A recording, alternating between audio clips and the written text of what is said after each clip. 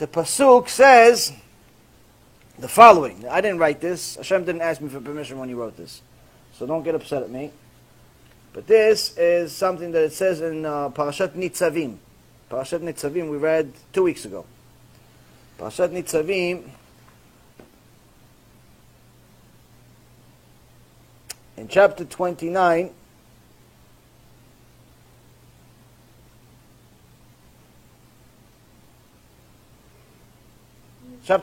verse 18. It says, והיה בשמעו את דברי העלה הזאת, והתברך בלבבו לאמור, שלום יהיה לי, כי בשרירות ליבי אלך, למען שפות ערבה את הצמאה.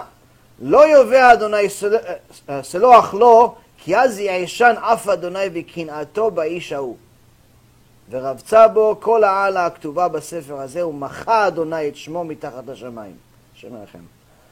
I know most of you didn't understand this pasuk, so we'll read it and explain it. Even the English is not easy.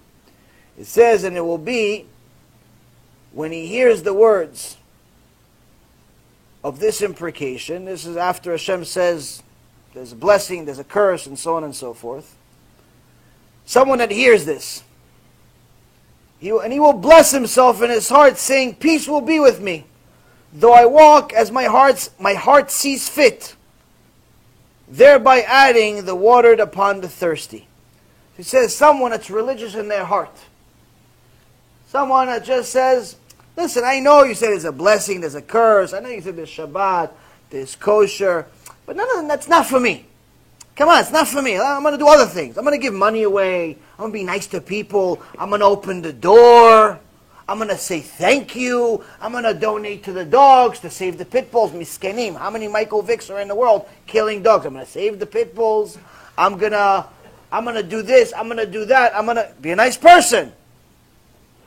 What? There's plenty of nice people in the world doing such things, right? Not following Torah, but following their own version of Torah. Following their own nicehood. So Hashem says, those people that say, peace will be with me. I'm going to be okay. Peace will be with me. I know you said I know you said Shabbat. I know you said everything. But it's going to be okay. Don't worry about it. Peace is going to be on me. Though I walk as my heart sees fit. Even though I do whatever I want, whatever my heart says, everything's going to be okay. Verse 19 continues. Hashem will not be willing to forgive him. For then Hashem's anger and jealousy will smoke against that man. And the entire imprecation written in this book will come down upon him. And Hashem will erase his name from under the heavens. Hashem will set him aside for evil from among all the tribes of Israel, like all the imprecations of the covenant that is written in his book of Torah. No such thing as religious in your heart, my friends. No such thing. He says, you want to do what you want? No problem, do what you want. Hashem won't forgive you. Everyone else will forgive. You, he won't forgive. Why he won't forgive? He made a joke of the system. Someone that tried and failed. Someone tried to keep Shabbat, but he didn't know the halachot of Shabbat. He didn't know. He tried, failed. He tried keeping Shabbat. He didn't know the halachot. He forgot. He didn't know. Forgive him. Why? Yom Kippur, I forgive him. Why? He tried. Someone tried watching his eyes, but he failed once in a while. He saw a not modest girl. He looked on the internet. He tried. He failed here and there. He failed. Hashem says, I forgive him. Why? He tried. He tried. He tried. He says, someone that said, no, those things, not driving on Shabbat, that's for you. That's for the Charedim. It's for the really religious. I'm not at that level. I'm not at that level of being so religious. I drive on Shabbat. Don't worry. Hashem understands me. Hashem understands me. Everything's going to be okay with me. Peace is going to be upon me. Hashem wrote a verse for him. Book of Deuteronomy. He says he's not going to forgive him. And he's going to erase his name for eternity. And all the punishments that are written in this book of Torah is going to come upon him. This is what I just read. You want to read it? Read it yourself. There's no such thing as religious in your heart. No such thing. Because sometimes you're going to tell a person exactly what the Torah says. Or perhaps you're going to tell them what you heard me say, which is quoting the Chachamim, quoting the Torah. And you saw a video that we made about Shabbat. And in all of the videos we discuss how a Jew that violates Shabbat on purpose, drives to shul on Shabbat, uses electricity on Shabbat, and so on and so forth. According to the Rambam, Ilchot Shabbat, chapter 30, halakha number 15, last halakha in the book, he's considered 100% an idol worshiper. His Judaism or her Judaism is on suspension. If they touch a bottle of wine that's open and it's not a cooked wine, you cannot use that wine. Why? Because since they're decreed as an idol worshiper, that wine became a wine of yain nisech, yain of idolatry. You can't use it. Their Judaism is on suspension, even if they're your brother or your sister or your mother, whoever they are. Now you tell them this, instead of me telling them this, of course they're going to want to break your head. And that's in a good sense. You're lucky they didn't murder you by you saying it. If I say it, I'm hiding behind this. They can't do nothing to me. Plus, I'm kind of big. Scary. Anyway, if you say they want to hit you, at the very least, they're offended by you. Who are you to tell me what kind of Jew I am? You know what, how about this? I'm a bigger inch. God knows, they'll tell you, God knows I'm even a bigger Jew than your rabbi. How about that? I'm more of a Jew than your rabbi. Yeah, but you don't even keep Shabbat. You keep Shabbat at least. You talk to the hand. I'm better than your rabbi. I don't do what your rabbi does. I don't insult people. I'll be okay. I'll do me and you do you. Shalom yeh li. Everything's going to be fine. Peace will be upon me. I'll continue my ways. Now, you can say, listen, it didn't work, Rabbi. Problem is it did. It did work. It hit a nerve. In fact, it hit two nerves. One in them, and two in Hashem. In them, obvious. They don't like what you just said. They don't like that you just said that their Judaism is on suspension. They don't like that you just called them an idol worshiper. They don't like it. So obviously it bothers them. Maybe they'll do something about it.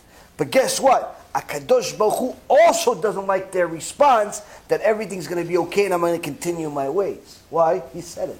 When you rebuke a person and you tell him, listen, you cannot drive on Shabbat. You cannot do such and such. Hashem said no.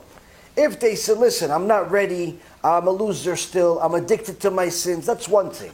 That's one thing. They're admitting guilt. They're understanding they're wrong. That's one thing. It's not good, but at least they're acknowledging the problem. But if they're saying, listen, I'm going to do whatever I want, go fly a kite. Everything's going to be fine. Kadosh Baruch Hu says, no, it's not.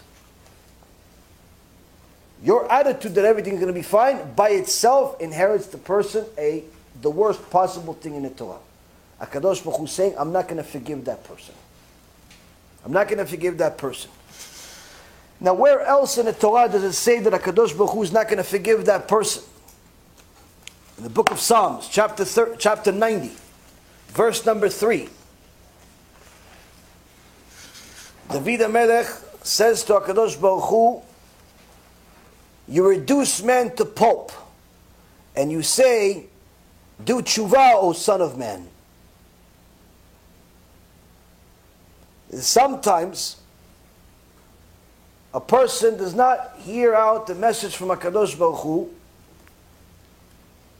So HaKadosh Baruch Hu says, okay, so you didn't listen to words. Let me try to talk to you in a different way. And he starts bringing him different tests. Small loss in his stock portfolio by like 50, 60% in one day. Small. Only 50% of his life savings. His wife all of a sudden calls, says, listen, honey, I'm not going to be home tonight. Oh, where are you going? Well, I'm going away. For how long? Forever. What? What happened? Small. Little news that he got from the house. Small. Partner says, hey, listen, by the way, you're fired. What do you mean fired? I don't have the business. Yeah, not really. Because remember when we signed the original contract, you didn't really have your name on the company? Yeah, I figured it's my company. What do you mean? But I helped you build it for 30 years. Thanks. I sent you. I put a check in your bag. What do you mean put a check? You see a check, $100,000. What do you mean the company's worth $50 million? Thanks. I said thanks. Didn't I say thanks? I wasn't nice enough to say thanks. You helped me out. What? I said thank you. Why are you being like that? I thought we were friends. You know, come on. You're making me upset now. Go. Get out of my office. People do this all the time. What do you think? That happened by accident? Kadosh Baruch Hu designed the whole thing. He sends him tests, money tests, marriage tests, kids tests, health tests. All of a sudden his side starts hurting. All of a sudden foot starts hurting. All of a sudden he can't see from one of his eyes. All types of things happen to him. What do you think these are? Accidents? No. Is that Kadosh Baruch Hu saying, you said Shalom Yeli, you said everything's going to be fine, I'm going to stay the way I am? I'm telling you it's not going to be fine. And he starts reducing the person to pulp.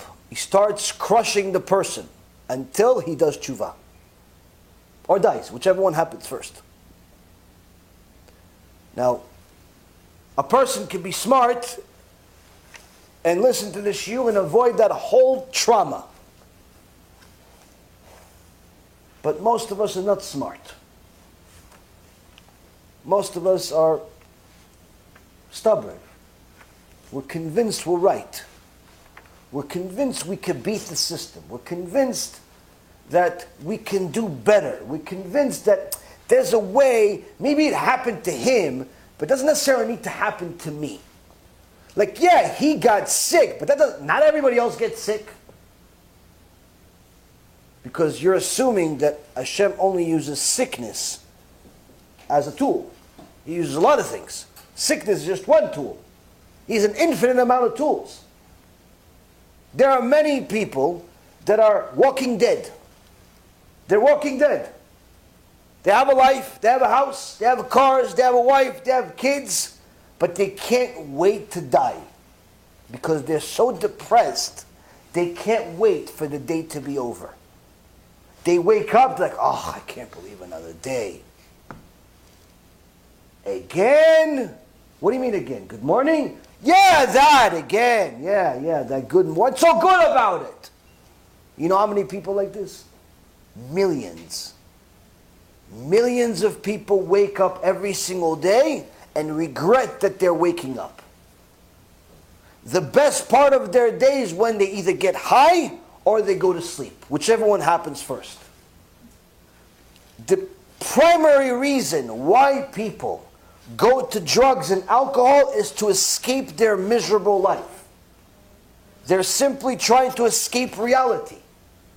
So they figure, listen, when I'm high, I'm not worried about all my problems. So high means happy to them. And that's how they systematically destroy their life and make it much worse. And create much more problems for them. Why? They lived a purposeless life. There was no point to their life and they simply hated it. Even before they became addicted to drugs, they were the walking dead. B'Shem Hashem Na'aseh V'Natzliach, we're very excited to offer you the new Be'ezrat Hashem app 3.0. It's a newer, faster app, full of Torah, lots of Kedusha, by the shiurim that we do, myself, Rav Ephraim, Rav Chaim, where you'll have also newer features where you're able to use the app while you're using other applications on your phone. You'll be able to share the lectures directly from the app. You'll be able to donate online and support our Cube and our Torah work that we're doing. And the most exciting feature is that you'll be able to actually ask questions directly on the app and get answers from the rabbis directly from the app. This is something unprecedented, and Baruch Hashem will be able to offer it. Thank you again for all of your support. Check it out. Make sure you have the kosher Torah that will re-energize your neshama each and every single day. Kol tu b'chava tzlacha.